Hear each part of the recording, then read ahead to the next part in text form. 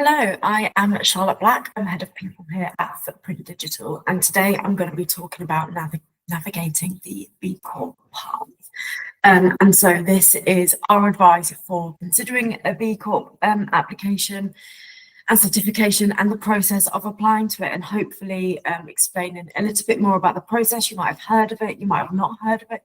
So I'm going to go into all that detail today and give you a bit of a flavour for what that is, and hopefully you find this helpful. But who are we? So we are Footprint Digital. We're a digital marketing agency with offices in London and Colchester, and we're specialists in search engine optimization, pay-per-click advertising, and conversion rate optimization. So essentially performance marketing. And our purpose is to humanize digital, and we demystify digital through constant education and support. So it's no longer an alien concept for our team, our clients, and our wider network. And we try and communicate like humans always, because that's what we are.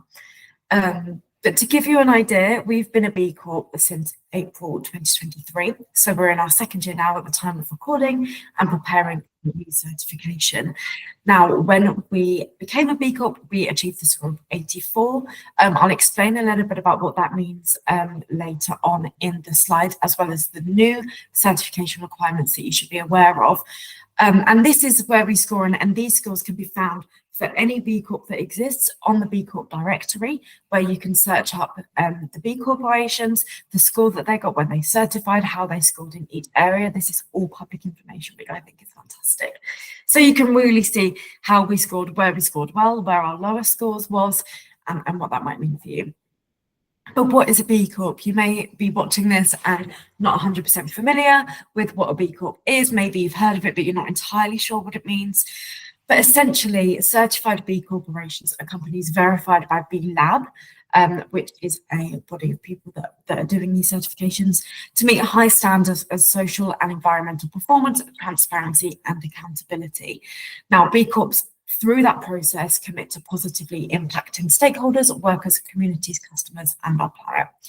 There are now over 9,400 B Corps globally, and a network that is constantly growing. So even by the time I edited this slide, there's even more, 9,500 global B Corps, 105 countries, 160 global industries, 943,700 plus global workers. Within the UK, that's 2,500 B Corps. The UK B Corp community has grown so much in the last couple of years, which is really great. It's really fascinating to see this network of like-minded businesses grow and what that means for the B Corp movement. And that includes 153,000 UK workers, all impacted by this B Corp movement. But B Corp have 5 global strategies to guide them, and they talk about people, profit, and planet, and balancing all of those things. So they have 5 global strategies. I won't read through them all, but you are happy to read through the slides. And they really guide how they do. But the B Lab theory of change, so what they're looking to change, there's this fantastic quote which I've taken, which really resonates with me and hopefully will resonate with you too, which says, imagine a world where all stakeholders, not just shareholders, are valued and prioritized, which I think is really great because it's really talking about balancing the impact of business into a more equitable business environment. But what does that really mean? Put simply, it's a framework that evaluates and educates companies on best practices to prioritize positive and beneficial business for all. So what is that impact? And it's a framework where it can evaluate businesses to say, yep, they meet a good standard of that, but also can help guide and educate you on that. So it can be an internal and an external marker that you're using business for good, that you're considering people and your different stakeholders in your decision making. And it can be a one-stop shop for best practices across people, planet, and profit. It doesn't necessarily tell you exactly how, but it does exemplify what it could look like. And B Corps often are very open, very transparent, and share publicly what they're working on and how they have approached things. We have a fantastic B Corp Agency Alliance network, for example, where a group of us have come together that are all B Corps, that are all agencies, and the purpose of that group is to share information, and you find these little pockets of networks within that, as well as on the broader scale within the B Corp network of people sharing what they're doing, how they're doing it, and really helping each other be good. It's not a gate a guarded network and lots of gate-kept information, people are really up for sharing this because community is a big part of being a B Corp. And now this is a slightly older framework, but this gives you context into how Footprint Digital were evaluated and how companies before the end of 2025 were evaluated. So I know we're not there yet, but there are new standards coming that are mandatory from 2026 and optional towards the end of 2025. I would recommend doing the new standards going forward. But to give you a flavour of what they have grown from, this is how we were evaluated. And so we had to do an impact assessment. It's called the B impact assessment. You might see it described as the BIA. And we were evaluated on these 5 different categories. So governance, environment, customers, workers, and community. Now, this covered all of the bullet points in there, as well as much more, asking questions on, what are your finances? How have you paid your workers? What is your approach to education, onboarding and training for your employees? What is your approach to diversity, equity and inclusion? You can see these all in the different sections. We were evaluated on those, and we needed to get an overall score of a minimum of 80 points to certify as a B Corp. And now most people, I think there's a stat on the B Corp website that says most people would be evaluated at around 50, and B Corp is a minimum of 80 points across all of those areas. And that's what it was, and I'll talk a little bit about how that's changing in the future, but hopefully that gives you a good idea of how it's not just about being green or eco, it's about your wider sustainability of your business. So sustainability, not in terms of the definition where you'd think of green and eco and recycling and stuff like that, that was a part of it, but about how you're creating a business that is sustainable for your people, your profit and your planet. So how are you taking all of your stakeholders into consideration, and how are you looking at your impact in all those different areas? But how do you know if it's right for you? How do you know if this is something that is for you and that you should consider? So I've got a couple of factors here that could influence your decision, and I really want you to think about, is this for me, and how do I align in all of these areas? So values. Is there something about your people, planet, or using business for good that really aligns with your business or personal values?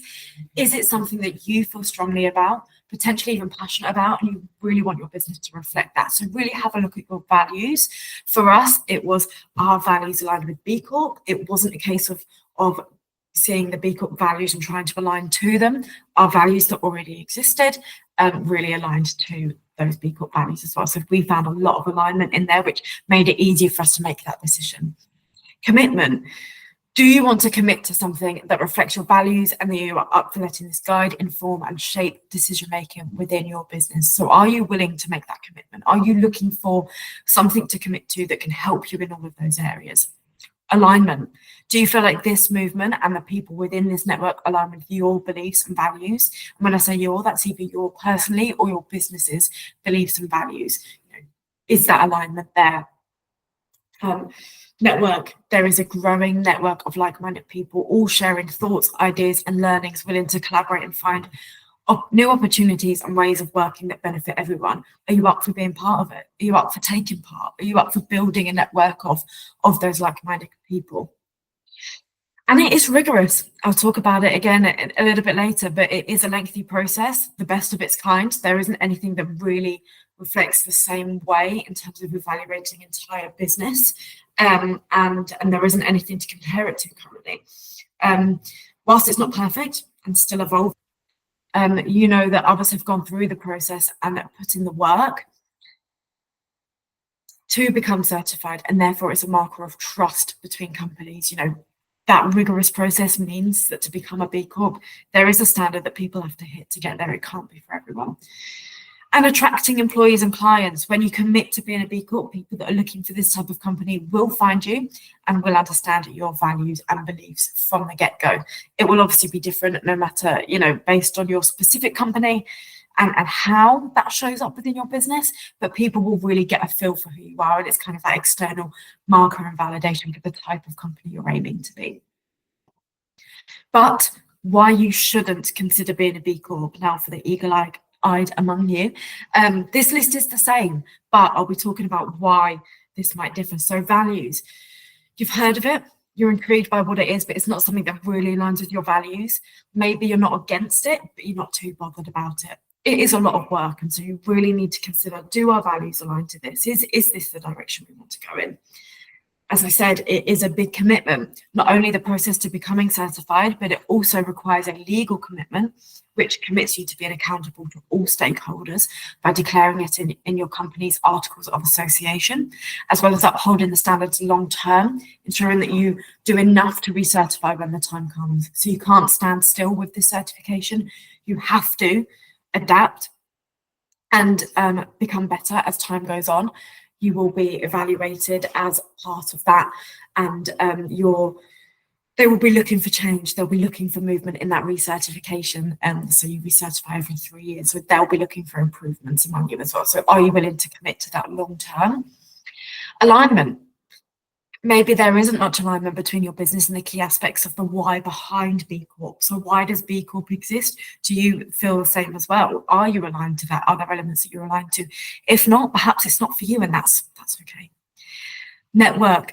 Your motivation lies more in opportunities of the network that you will gain access to, and so what you can get from that network over the core principles within B Corp. So not about aligning with the people that you'll meet and being able to find like-minded people, clients and employees, but that you're looking for kind of different opportunities. Perhaps you're really kind of business growth driven and lead driven, so perhaps really considering the why behind your doing it would be really helpful. Again, it's a lengthy process, the best of its kind. Whilst it's not perfect and still evolving, you will still need to go through this process to prove that you're worthy of it and live in the values. So it is very rigorous. And so, is that for you? Is the timing right for you? Is your alignment really there? And attracting employees and clients, I've touched on it a little bit, but if you don't live up to it in reality, it will become clear. You can't fake it till you make it with this one. Being B Corp gives you a badge to show externally how you conduct your day-to-day and what your policies say and how you treat people who you work with and what you do and don't tolerate. And that within the day-to-day and how people experience working with you and for you, that will tell them the truth about your values and beliefs. So really make sure it aligns, because people will know. If it isn't in reality, people will be looking to hold you to that standard. So are you ready for that? Are you ready to be held to that standard? But how to become a B Corp? Now, this is a bit meaty, and I'm going to try and humanize it and use the most clear language as possible. But if you do need help and you have more questions about it, then please come and speak to one of us at Footprint Digital or anyone in the wider B Corp network, because so many people are willing to share about it, but I'll try and do my best to explain it a little bit. So, as I've said, change is on the horizon with becoming a B Corp. And now what that means is how you would become a B Corp, and that process is changing. The standards that B Corp have created are at the heart of the B Corp movement and the collective mission to try and transform the economic system. Now, B Lab has continuously evolved its certification standards to raise the bar for responsible business. The latest updates provide greater clarity and consistency, ensuring companies focus on the most impactful business actions. These new standards establish a stronger and more transparent foundation for all businesses committed to building an inclusive, equitable, and regenerative global economy. But what does that actually mean? Now, the new assessment, it is very different. So how I showed you the 5 different sections before, and you had to get 80 points across all of them, that's very different. So there are foundation requirements, which are a starting point. So you need to meet the eligibility requirements for B Corp certification. You must be, a company must be legally incorporated in operation for at least 12 months and comply with local and national law. Commit to stakeholder governance. So companies must adopt that B Corp legal requirement that I mentioned earlier, which is within your articles of association, ensuring accountability to all stakeholders. And this involves embedding stakeholder governance principles into legal frameworks and signing up to the B Corp Declaration of Independence. So have a look at it, go and research it. I've put a link at the bottom here, but essentially if you go on the B Corp website, you will be able to navigate to it.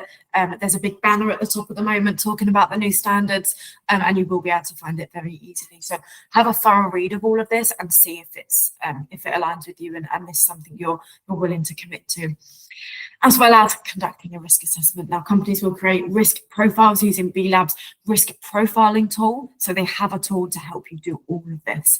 And this process determines the number of additional due diligence sub-requirements that the company must meet as part of the B Corp certification process, which I'll talk a little bit about as well. And so B Corp's new standards require business to take meaningful actions across key social, environmental, and governance impact topic areas.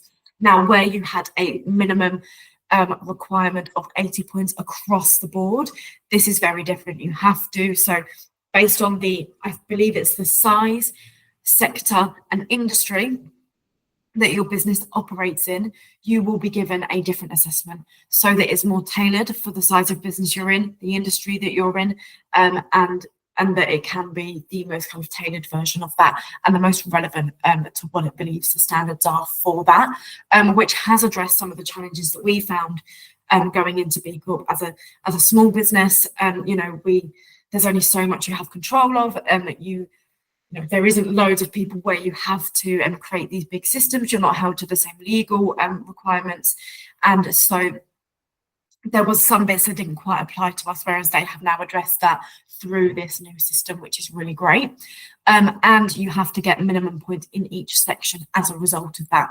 So it determines, based on your size and sector, what questions you will receive, how many questions you will receive, and what the minimum points are for a fair system for you to be fairly judged there. So purpose and stakeholder governance, I should say. So that will be assessing that your company acts in accordance with a defined purpose and embed stakeholder governance in decision making. And by doing so, you contribute to an inclusive, equitable, and regenerative economic system for all people and the planet. Fair work, companies providing good quality jobs and have positive work culture. Justice, equity, diversion, and inclusion, often abbreviated as JEDI or previously EDI. Does your company have an inclusive and diverse workplace and contribute to just and equitable communities? Human rights. Does your company treat people with dignity and respect their human rights? Climate action. Does your company take action to combat the climate crisis and its impacts? Environmental stewardship and circularity. Does your company demonstrate environmental stewardship and contribute to the circular economy in their operations and value chain? Are you both minimizing negative impacts to help stay within ecological thresholds and pursuing those positive impacts?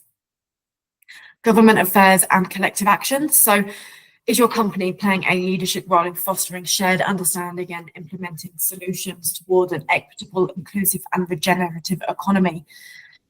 This includes a fair and responsible contribution to their operating countries, economies, and infrastructure. And as I said, the specific requirements within each section that a company must fulfill will depend on its size, sector, and industry. So this could range anywhere from 20 to 124 requirements to be certified. So a real big fluctuation, which is why it's so important for them to take that into consideration when evaluating. And you can actually find blogs on all of these sections and what it entails, as well as what this new assessment actually is. So I believe, and the best place to start and the biggest bit of advice that I'd give to anyone is that you can sign up for the assessment without having to do it.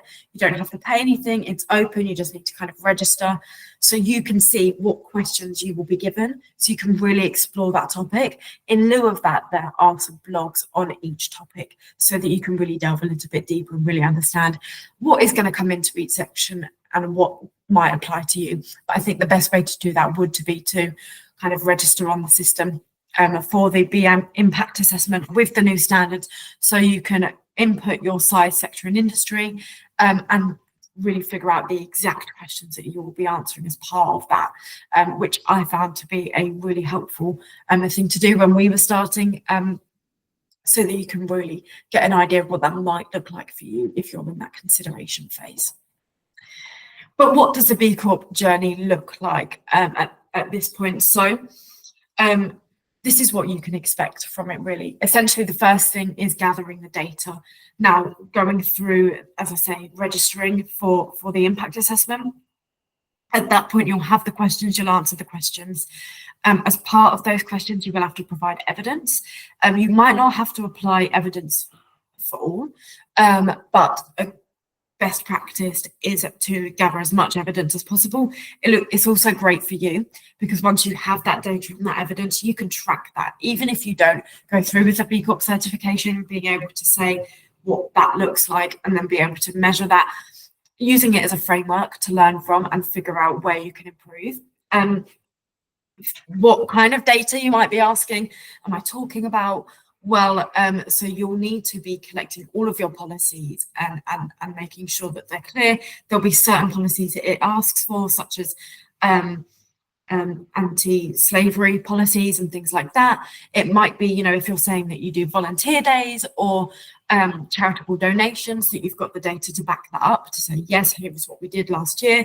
Usually it's assessing you within the last 12 months. So what you've done when you come to recertify, will be looking at the past kind of couple of years. And that data can range, so how it was on the previous assessment before. For example, when it came to salaries, it was talking about, well, from your lowest salary at the company to your highest salary in the company, what is the difference there? Do you provide above the national minimum wage, the national living wage, and all of that kind of stuff? So whilst you don't have to give evidence as such as like pay slips or anything like that, there is some evidence it requires for you to do that. So you don't have to give up any information that would be unreasonable. This is the hardest part. It takes time to gather your data or evidence, and you should be prepared to back up your answers. Otherwise, you'll only have to do it at a later date.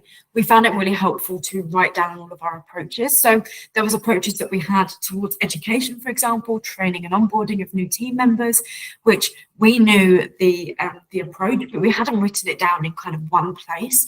So it really helped us get our ducks in a row and make sure that our answers aligned with our business and each other. That it was really clear across the business and really setting that standard. Once you have gathered that data and submitted that, you can then enter the evaluation queue, and you are then evaluated, and you're given an evaluation analyst who will go through all of your answers, having a look at your answers, making sure it aligns with the minimum points in each section, and they will ask for certain bits of evidence in that. Once they have passed you on, you'll go to the verification queue and you'll get a verification analyst. And this person is really looking at that evidence. You then end up having a call with that person where they will ask you to talk them through some of your answers and some of your evidence. Now that can be a little nerve-wracking. I remember that day so clearly that we did that at Footprint Digital, and it was a little bit scary, but they were so lovely, and it really wasn't as intense as we thought it might be, but they did ask us a lot of questions. And so once we had that evidence, as I say, once we had that, it was so much easier. At that point, you will then hopefully become verified. They will say you've kind of met the minimum points. You will then sign the B Corp agreement. You will pay a fee to do that as well. I believe there's a fee in there of around £300 at some point when submitting that. And at this point, you can launch as a B Corporation. Now, you then have annual fees going forward based on the revenue of your company. There is an equity discount. So if you are minority owned, you can get an equity discount of about 40%, I think. But it is based on your annual revenue. So have a look at that and what that might mean for your business as well. And who should be involved when you're going through that B Corp journey? You're considering going through it. You're looking at that whole process, and you're really thinking about, okay, well, yeah, maybe we should go through that, but I don't want to take it up on my own, or I'm not the best person to do this. There is someone else in the business that might have a better interest in this or be better placed as part of their role. But our advice is get anyone that is interested involved, regardless of their title or time of the company. Because if someone's passionate about it, someone's really interested in it and wanting to help explore it, that will help you through that process. It will keep that energy going rather than it feeling like a tick box exercise. You're really getting people that have that interest involved. It's easier if one person is leading a kind of typical project management style, really kind of spearheading it, assigning different roles and responsibilities to people and assigning different tasks to people, just to make sure you're not doubling up on work or kind of all scattered around everywhere, that you're all aligned. The most common profiles of people that take part in the assessment include CEOs, CFOs, HR managers, COOs, finance, sustainability, or supply chain, procurement, and interns. So really kind of a broad range. You will need that kind of CEO, managing director, managing partner level involved. They will need to sign some things off. There might be some information that only they can answer, or perhaps it needs to be someone that has access to some sensitive information. For the same reason, finance also needs to be involved, and potentially HR managers, depending on who has that information within your company. But if you are large enough to have supply chain management or procurement teams, then they're super helpful in that process as well.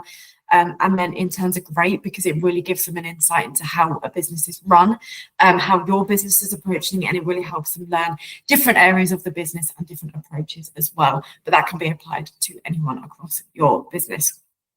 Now, this is the process of becoming a B Corp. So once you become a B Corp, you're in your year one, you can announce that you'll become a B Corp, announce your certification, join the community, set goals. You can do a lot of great things in year one, really start branching out your network. Year two, you're looking at making progress. You're looking at championing your improvement for your employees and creating your B Impact report. Now, that is a report that is required in year two, but before that, you don't have to have it. And that is a way to show how you're performing, really, as I mentioned that data before, showing your data each year and seeing how you're improving as a business, and really giving you and the ability to track that information. And then you get to year three and you're looking at your recertification. So what have you done since the last time, going through the recertification process, and then looking at what that might mean, and then hopefully celebrating your achievement of what you have achieved, and going forward, becoming a B Corp for even longer. Now, B Corp as a small business, now the great thing about the new standards is that it is more tailored, but some considerations if you are a small business, here's a few things you should consider. The investment, there is an investment attached. There's a financial investment as part of this, which is a yearly one as well. So make sure you have a look into that. As I said, it is based on your annual revenue, so have a look. Some questions previously weren't applicable. You'll find that some are more than others. Some you can't answer. That's okay. You don't have to answer. You don't have to answer all of them perfectly to become a B Corp. It's about those minimum entry requirements, so don't worry too much. Evidence and policies, you need lots of both. So keep that in mind. It's a really great framework, by the way, to help get your ducks in a row and figure out what evidence and policies you have missing. You know, what aren't you tracking? What policies don't you have, and what could you have? So keep that in mind.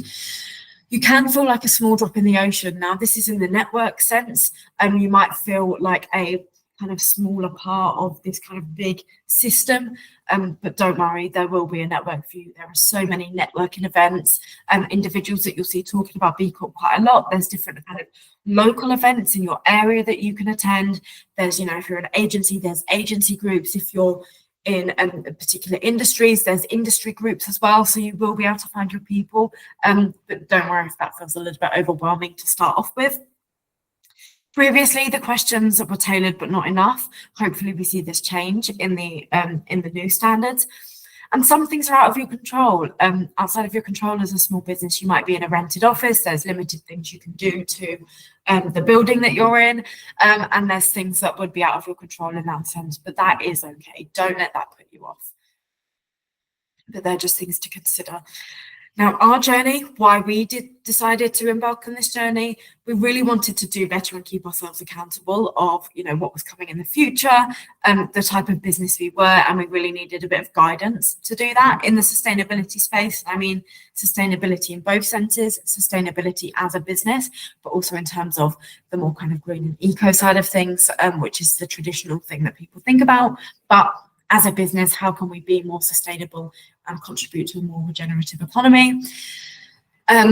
it gave us a bit of external validation of where we were. So where are we? What are other people doing? What can we be doing a bit differently? As I said earlier, it did align with our values and not the other way around. We found that our values were really kind of set as something that aligned with the B Corp movement in general, which was a great bonus. It opens up our network for like-minded people. It means that we can broaden out our network of agencies that we work with, and clients that we work with, of people that do share those like-minded values as well. And it helps us continue to be a better business and take that into the future. But some milestones, what was our experience of this? It took almost 200 hours of time between July 2022 and April 2023, which is a lot.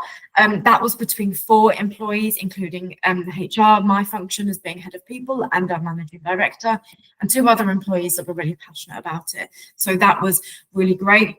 That is a wide span of time. If you really wanted to do it quickly, you probably could. When we started this, we didn't start with thinking that we were going to certify. We really wanted to learn from the framework that was there. It meant we did a complete policy review and consultation.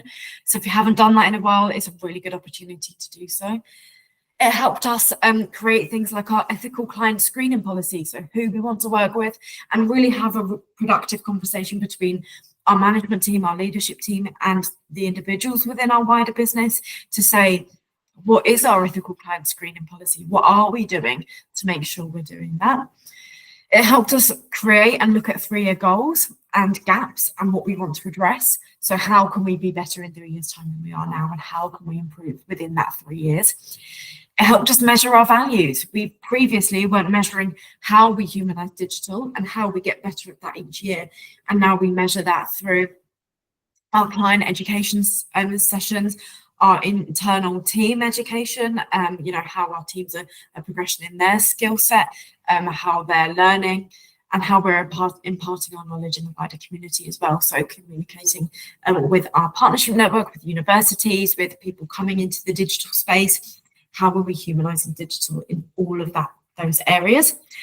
Communicating the why. That was hard. We really wanted to get it right. And I think finding and really figuring out your why of why are you going for B Corp? Why are you doing it as your company? That is a really important thing to nail down. The clearer you can be on that, the better you can make that decision of, is this for us? And it is a commitment. We have then committed to that for we're now in our final year, and we're starting to look at our recertification now. So it wasn't just that commitment of doing it in the first place, but now we're doing that for the next 3 years, 4 years, I guess now it would be, which, at that point would mean it would be 6 years away. And that's how long term we've really found this to be.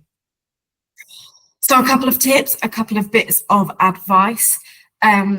Evidence and policies, you need lots of both. Don't let this put you off. Once you have it organized, it will propel you forward. It allows you to use data to make decisions and track things that are important to you. So diversity, energy reductions, whatever that might be. It's easy to think you have all of this until you go through this process. And get the right people involved. I did speak about it earlier, but if people are willing to help, let them be part of it. Let people take on more responsibility if it interests them. It takes the weight off you and gets more people behind being a B Corp. And it also shows that they believe in it, are committed to it, and will learn about your business in the process. So it's a great way to get people involved. Be committed. It is a commitment. You can't do it half-heartedly. If perhaps it doesn't align with your priorities, that's okay. The longer you leave it, the more the processes will change as you go through it. So if you are kind of really thinking about it, really considering whether it's a commitment for you, when you do go all in, it makes it easier for you as well. Ask people for support and pay it forward. Every B Corp knows how tough the process can be, and we found everyone around us was more than willing to help, whether it was a 15-minute chat or more hands-on. We had a couple of people, individuals and businesses in our network, help us through this journey, give advice, hop on a call to chat it through with us, to share things that they did so we weren't alone, and that was really helpful. So we found that bit so supportive and helpful, and we want to pay it forward now as well. For us, that speaks volumes about the B Corp community in itself. And just in the last couple of weeks, we have helped someone in our network and one of our clients start their B Corp journey, which is super exciting. So lean on that community. People are willing to help for free. You can get consultants to do it and you can pay them, but there's more than enough people that will be around to help you do that as part of your business. Footprint being one of them. So if you need any help or you're curious, want to have a chat about it, tell us what your challenges are and what you're considering, we're more than happy to help. Start earlier. It makes your life easier. If you think you might go for it in a year's time, have a look at what's needed and start collecting that data. There may be things that you haven't done before, such as measuring your energy usage, perhaps. But if you start now, you need to answer more questions, and it will help you have a bit of a benchmark as well of what that looks like over that year. And our last bit of advice is don't panic. It can be overwhelming, but it is possible. There will be people to lend a helping hand, and you can do it. So please don't panic. And that's it from me today. My name is Charlotte Black. I'm head of people at Footprint Digital, and there's a group of us that are really interested in B Corp that have gone through this process, that are more than willing to help or point you in the direction of the person that will be most helpful to you. So connect with us. That's my email if you wanted to get in touch with us. Sarah Sanderson, our head of growth, and John Madams, our partnership development manager. They are more than happy to have a chat with you as well, to really chat about what it might mean for your business, or point you in my direction if that's helpful. If you're a managing partner or managing director, you can speak to one of those as well, Tom Bowden. So yeah, we're more than willing to help. And hopefully you have found some nuggets in here that have really kind of helped you consider whether this is right for you. But thank you for listening, and I hope you enjoyed it.